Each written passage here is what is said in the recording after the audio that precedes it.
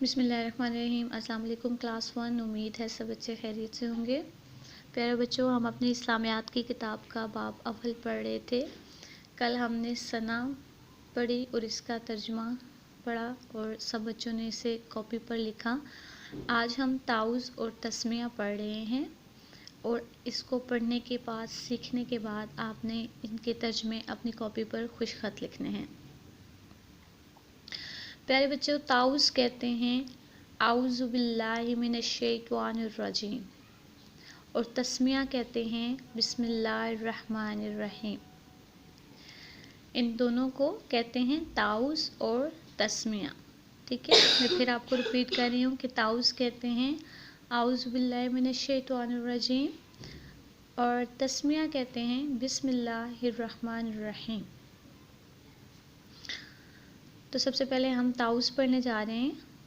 تعوذ ہے اعوذ باللہ من الشیطان الرجیم، جس کا ترجمہ ہے میں پناہ مانگتی ہوں اللہ کی شیطان مردود سے۔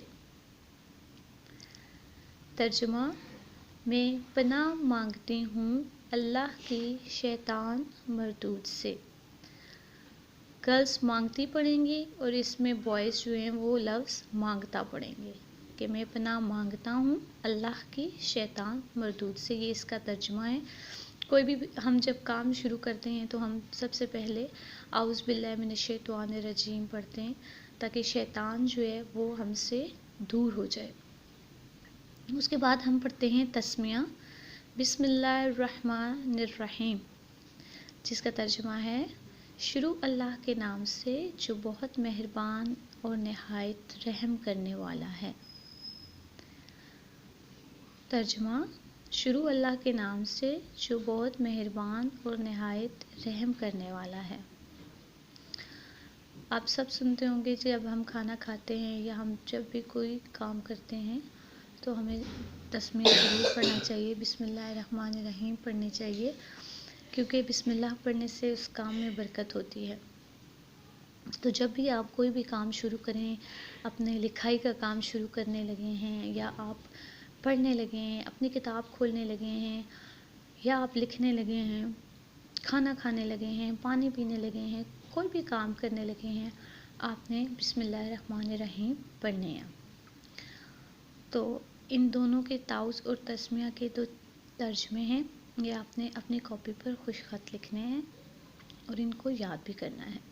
اس کے علاوہ جو میں نے آپ کو کل ثنا پڑھائی تھی، امید ہے یہ بھی آپ نے اپنی کاپی پر خوش خط لکھ لی ہوگی۔ لکھنے کے بعد آپ نے ان کو یاد بھی کرنا ہے، ان کے ترجمے آپ نے زبانی یاد کرنے ہیں، ثنا، تعوذ اور تسمیہ۔ تو انشاءاللہ تعالی جب اسکول اوپن ہوں گے آپ کے تو ان چیزوں کا آپ کا ٹیسٹ بھی ہوگا، آپ سے عربک بھی سنی جائے گی اور آپ سے ترجمہ بھی سنا جائے گا۔ اس کے علاوہ ترجمے کا آپ کا ریٹن بھی ٹیسٹ ہوگا۔ تو امید ہے کہ سب بچے اسے اپنی کاپی پر خوش خط اتاریں گے اور اسے یاد بھی کریں گے۔ اللہ حافظ۔